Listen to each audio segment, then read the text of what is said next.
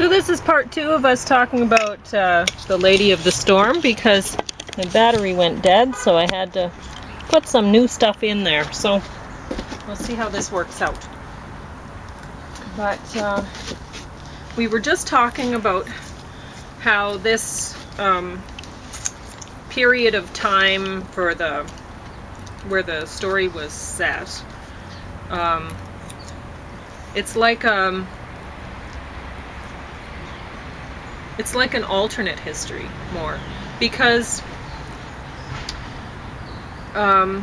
in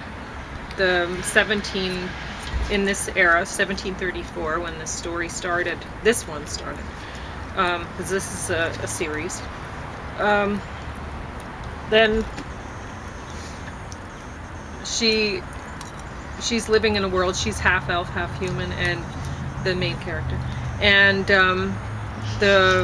this is set in London, Bath, and England, in anyway, and the elves are in control, and they're not nice people or beings, whatever. So we were talking about how the 1700s were stomping out such things, belief in magic and stuff like that, trying to those who were in charge were trying to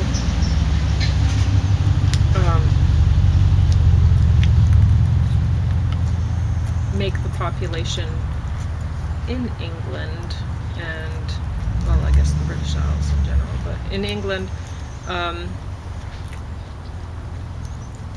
embrace education and science more than magic. Were you going to say anything else to do with that? I'm not so sure about the people being in charge, but the people who are the leading or misleading intellectuals are trying to move people in that direction. The reaction to that was, as Yeats said, an age is a reversal of an age. Mm-hmm. To a certain extent, that's true. And the Romantics were a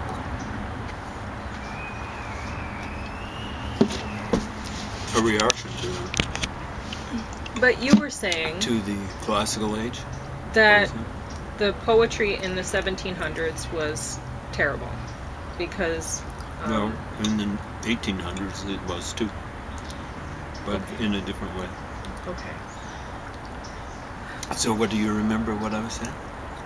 I don't remember where you were at. No, it but was good. No, of the why it was bad, the 18th century stuff, the 1700s. Well, people were just following pro forma sort of forms and ways of writing poetry that were bad, inversion and stuff like that. You were talking about that. Well, they used inversion. The Romantics did too. I don't know what their problem. I think they got so much into medieval nostalgia. They're saying, oh, they inverted way back when, so we can do it now. Yeah. Well, and I think that's funny today too, to think about some poets who have, in more recent times, who've used inversion to seem artful, and really it's pretentious. Mm-hmm. They're back in the day, inversion was used to clumsily to make a rhyme, to make the words fit a form when they didn't really fit, and so for the rhyme's sake they'd invert. And then people like Walt Whitman decided to do it even though they didn't need to. They weren't even striving for a rhyme. So what was the point of it all, right? So he'd invert just to be really lame, to seem poetic. Yeah. He did it way too much. He was awful practitioner of prose, really. He didn't write poetry. No. So he was pretentious, not just arrogant. Particular type of arrogance, pretentious. So an example of inversion done for rhyme's sake is, true wit is nature to advantage dress. No, No, Pope's supposed to be this awesome, maybe writing around 1750. This awesome technician. No, he's not even writing English when he writes that. It should be. True wit is nature addressed to advantage. But you don't rhyme on, unless you're being very careful, on transitive verbs. Because you're going to have to invert if you're ending a clause or a sentence on that rhyme. No, you don't do it. But he did it. From what I can tell, Chaucer did it. Shakespeare did it, especially when he was dealing with rhymes. Sometimes he'd do it just for rhythm's sake in his plays. But Shakespeare's an awful technician in English poetry. And that's well before, that's like around 1600, that's well before 1734. And then the Romantics came along and said, oh, we're going to make things more natural. And then what happened is, we're going to do, our vocabulary is going to be more natural, it's not going to be old-fashioned and scientific and all this sort of stuff. And, presumably they thought they were going to have syntax that was more natural. They ended up being worse than the people who preceded them, the classicists of the 18th century. Amazing, the inversion. This went on into the 1890s and stuff like that. There had to be some sort of reaction. The reaction was awful. It was stupid. It was we're going to write free verse because like we'll avoid inversion. Yeah, but you're avoiding writing poetry, you stupid idiots. Anyway, yeah. I will talk about this book later on because James and I will be going through Tolkien, and there are similarities. Somebody on the back, Jennifer Ashley. I wonder if that's her real name. Probably not. Left the comment on the back, like a little blurb. A Tolkien-esque world combined with historical romance. Excellent. And there are a lot of similarities. Honestly, I preferred this one to Tolkien. I don't care for Tolkien. Tolkien. And I know it gets big rep, but what is it for? It's racist boredom. It's bad. So anyway, we're gonna go on, unless you have more to say. No. Okay. Because we will look at this one again anyway. Once we go through some Tolkien. So this book was entertaining. Page 46, ad for Lowry's seasoned salt, Doritos, Kraft processed cheese. Ad for Bud's, Budweiser, page 51. There are several ads, including restaurant ads. There is a carefully laid out menu of Indonesian dishes on page 217. So that should have won it some good ratings with reviewers. Movies and books with food descriptions always seem to get high ratings. Somehow, even with all this type of filler, there's an interesting story mapped out with and by many entertaining and believable characters. Page 286, Big Mac extra value meal? Seriously? McFlurries? Page 295, does anyone actually like Toblerone? I actually like Toblerone. Really? Yeah. Those are the ones that are shaped like pyramids or something like that.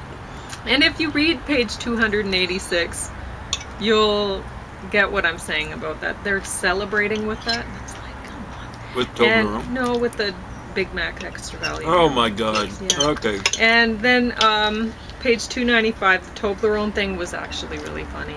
But, and I guess some people do like it. So it might be an appropriate gift, but for some people, but not me, because I think they're disgusting. Are they milk chocolate then? Oh, maybe that's it. Yeah. You don't like mine. I like the dark stuff. I love mine. Willie's no Lula, but she and the other characters of the Heist are great. I prefer the plum stuff, but will gladly read any Heist stuff.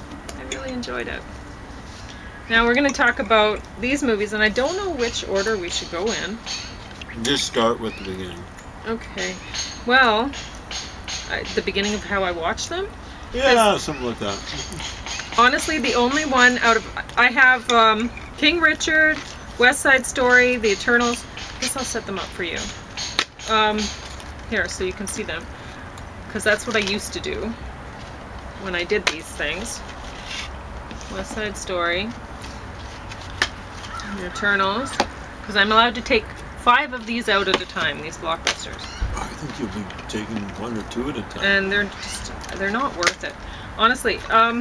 Anyway, so Ghostbusters, Afterlife, and Nightmare Alley. So that's what I have here. And out of all of these movies, surprisingly, King Richard was like light years ahead of these other ones. It was way better. Way better. All of these other movies were way too long. And they weren't good. And honestly, I felt bad for a lot of the actors that acted in these movies, because they're good actors and they weren't used well here, or they just didn't have a good vehicle to work with. Now, I should say that King Richard, I didn't expect to like it, because it's a story about Venus and Serena Williams. And honestly, I'm not a sports person. I don't care about, I think it's a waste of people's energy when people are all for sports. It's that's a legitimate criticism. It's Like people should be capable of doing more than sports in this day and age. Honestly, I think I am very into fitness. I believe in fitness, and if people like playing a sport to be fit, that's awesome. So if people really like tennis and that's how they want to keep fit, okay, but why are you making money off of it? Why are they being paid? I don't understand that, you know. And also, I mean, we went the day before I watched these movies, we went to hike in Waterton. We were hiking Horseshoe in September.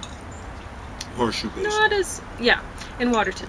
And it's not as exciting. There's not as many blooms and whatever. I don't think there were. So really, you do hiking in Horseshoe this time of year, and it's more exercise. It's more for the fitness.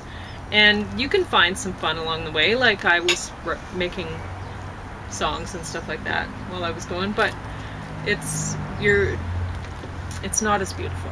So it's not as inspiring, whatever, but I'm all for the fitness. I love hiking, and we got a lot of exercise. Yeah. It was 21.2 kilometers, I think.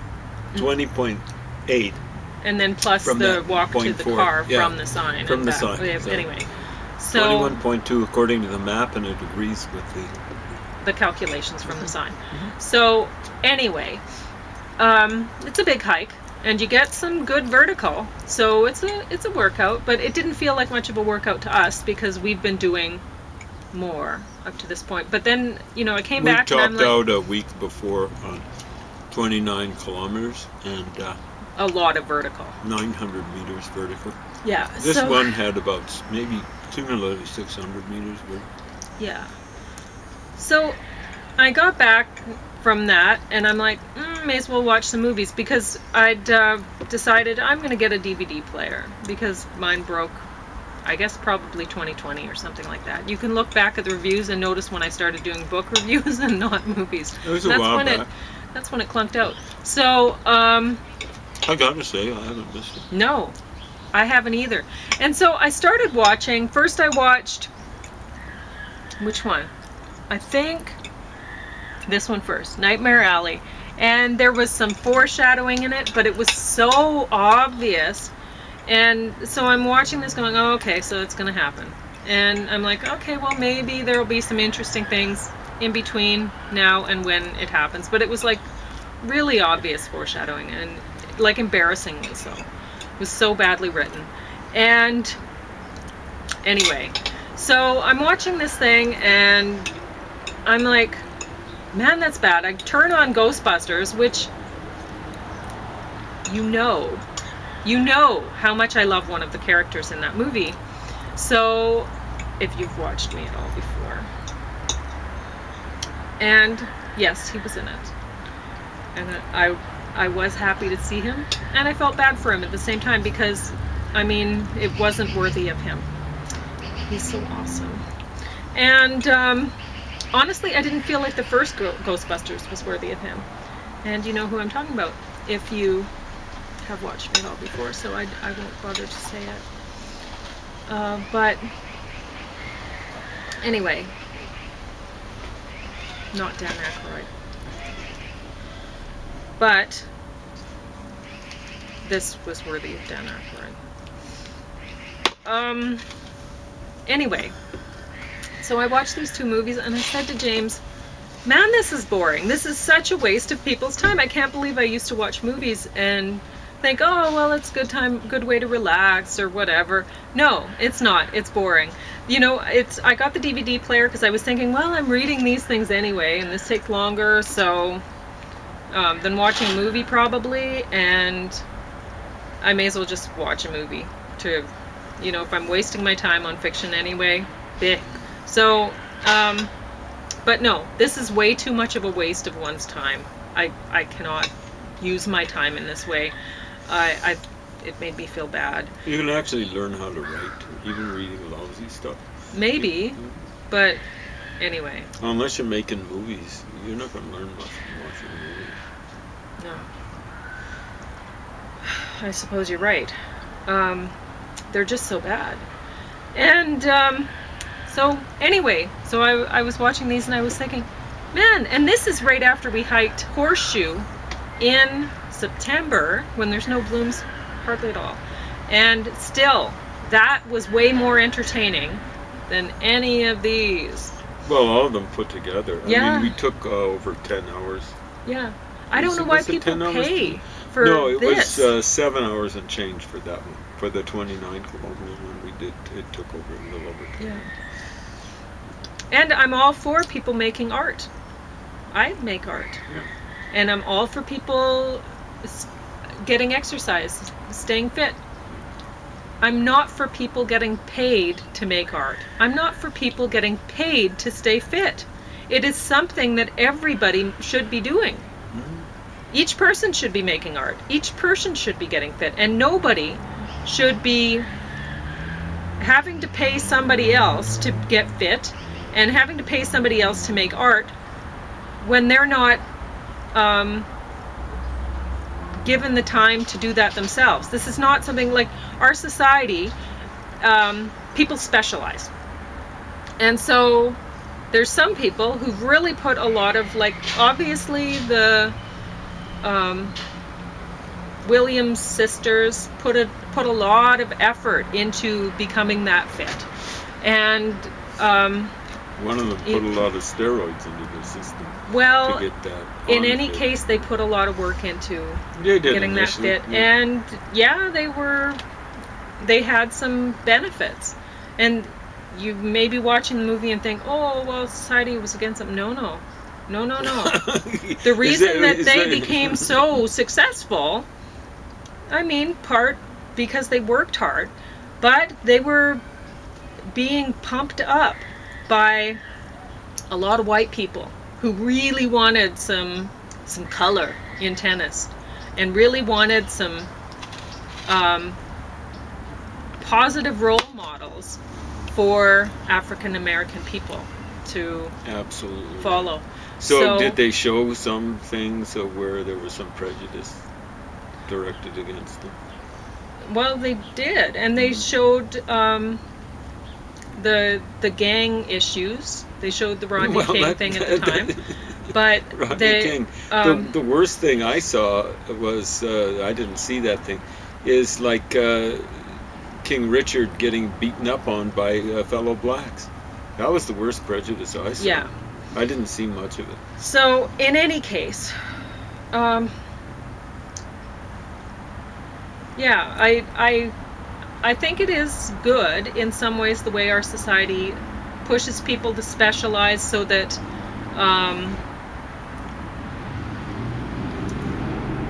people are able to, as a society, where we get more done because somebody is really, really good at one thing but when it comes to sports, when it comes to health issues, when it comes to art, this shouldn't occur. So if you can convince somebody, like you might have a benefactor, a wealthy benefactor who is a part of your unit where they decide, all right, well, I'm gonna support your art. Or like, I guess that kind of happens with James and I. He supports my art, and I support his health, and he supports my health, and we kind of have this mutual thing, I think, going on. And I think that's probably best, you know. So, but in the case of a marriage, it's kind of like a business, right? It's kind of like a corporation or something. Well, like that's that. the way And- some cynics said. Yeah. Poor old, what's been common amongst socialists, not so much social democrats, but like George Bernard Shaw was the first who I ever encountered, said marriage is like prostitution with kids thrown in. And when you throw kids in, then it's not prostitution.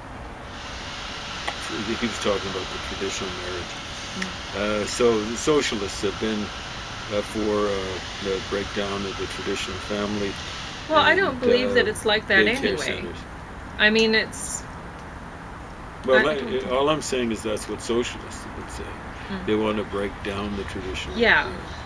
Yeah, but I mean, within the family unit, everybody wins. If somebody is really good at doing the art, and then, or everybody loses if they put if the family unit decides, okay, well, we're gonna put effort into this and it doesn't pan out, well, you know, it's but yeah, I don't think it's right for some people to make a lot of money and they're being funded by society. We're not all a big family in society. We're not,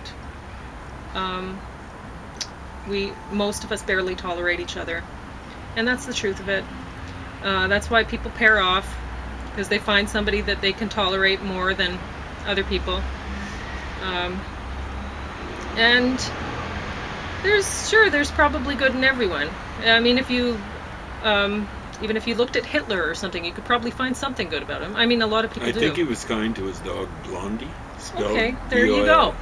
Blondi. I like it, Blondie. It's just with an I on it. It's almost like Yeah. Janis Joplin. But maybe he was kind to his Ava Brown, or did she commit suicide? I can't remember. Well, No, I maybe she. think she No, that did was at the end with but- him, but yeah. her predecessor. Oh, What was her name? I don't know. There's a Pacific island. It used to be a German colony that had not Palau, another one. Anyway, they say he was maybe into some sort of crazy kink. Him and Michel Foucault. Yeah, fun. well, a lot of people are into kinks. Well, It's pretty I'm talking mainstream about now, a lot of it. violence. Okay. Yeah, well, So, that sort of stuff, when you look at the folks that are into it, like Michel Foucault and yeah. presumably Hitler, they're nasty people. Masochists I feel for, but people are sadistic. They've got a problem and they should keep it to themselves. Well, Mm. I think there's somebody for everybody, and it's good for people to be very clear about what they want, and yeah. With the sadomasochistic thing, there's just an asymmetry there that involves exploitation. Okay, but anyway, this movie was way too long and stupid, and this movie way too long and stupid, Which one is that? Oh, Ghostbusters. Okay. and the Eternals Was eternally long. So, way too long well named. and stupid, I never even and saw a bit of that. Angelina Jolie was way too thin. Oh my God. She was like a skeleton. I felt She sorry had for no her. fun. And Yeah. She oftentimes does that. I think it used to be when Brad Pitt was being. and also Unfaithful I to thought her. I would like this because it had the Olympic sort of gods in it. So the gods of Olympus. And but they weren't. They were just robots sort of things, and I guess they were saying in this that it was just a fiction created by one of the immortals, that the whole Olympus things. Anyway, in the story of the gods. But Athena, her name is not Athena in here. She is not wise. She has mental problems. She has some problem with her brain. But they're saying she's like a god of war. Anyway, Well, she was in the Greek stuff. She was kind of warlike. She was kind of warlike. So she got involved in the Trojan War. Anyway, Stuff like that. I didn't care for the movie at all. Honestly, some of the characters were off-putting, but yeah, I mean, you'll probably watch it. I don't need to talk about it. So this one, The West Side Story, I actually thought a lot of the music was good. Yeah, so it was written by Leonard Bernstein, or Bernstein is, I think, the way they say. Bernstein? I don't know. Should be Bernstein. When we were first watching it, James asked Angel, we were all watching it together. Our little dog, so, 3.5-pound Chihuahua. So James asked Angel if it was boring. She just looked away. She said no. It wasn't boring. Dogs generally have a way of saying yes. They'll look you in the eye. So when I said, "Is it boring?" she just kind of looked away. Yeah, she didn't But think it was boring. when I asked her if it was shitty stupid, she looked me straight. She thought it was straight. stupid. Now for a while, that she was and only, Opie were that on was the only bed. certain They were parts. their we eyes were realizing were directed. they were watching the movie and when then there they was both singing, turned or away. when there was. It was more singing. Yeah, more the singing, the but some dancing of the music. dialogue. But they didn't care for the dancing that much. They didn't seem to, and they certainly didn't like the music without the singing. They'd look away. Sometimes they'd turn right away from Opie just turned TV. They didn't even want to watch it at all. To the whole thing finally. Yeah. And But Angel was up and down and round and about. Yeah. But for a while they were watching. Both right their eyes were just and directed right whenever at it. the music would come back on with the lyrics, then Angel would be just glued to it. She just loved both dogs love singing. They love it when humans sing. They like and to so, be sung to. Anyway, I thought that the main, I guess, hero or whatever, the love interest, that James would say like the Romeo, he's Tony, I think is the name. Yeah, he hits all the notes, but he doesn't have a powerful voice. Boy, it's weak. And it's weak. Yeah, it's very weak. And compared to the leading lady, whose voice is amazing. I forgot her name. Maria? Was that what? Yeah. Maria. There we go. In the movie, yeah. Boy. So yeah, I don't know. I actually didn't mind it too much, but it was too long. Wow, 2 minutes and 27. No, 2 hours. I Yeah. wish 2 minutes. 2 hours and 27 minutes. They say it's 26 minutes, but yeah, I think they underestimated by 1 minute, hoping that you're not going to be off put by how long it is.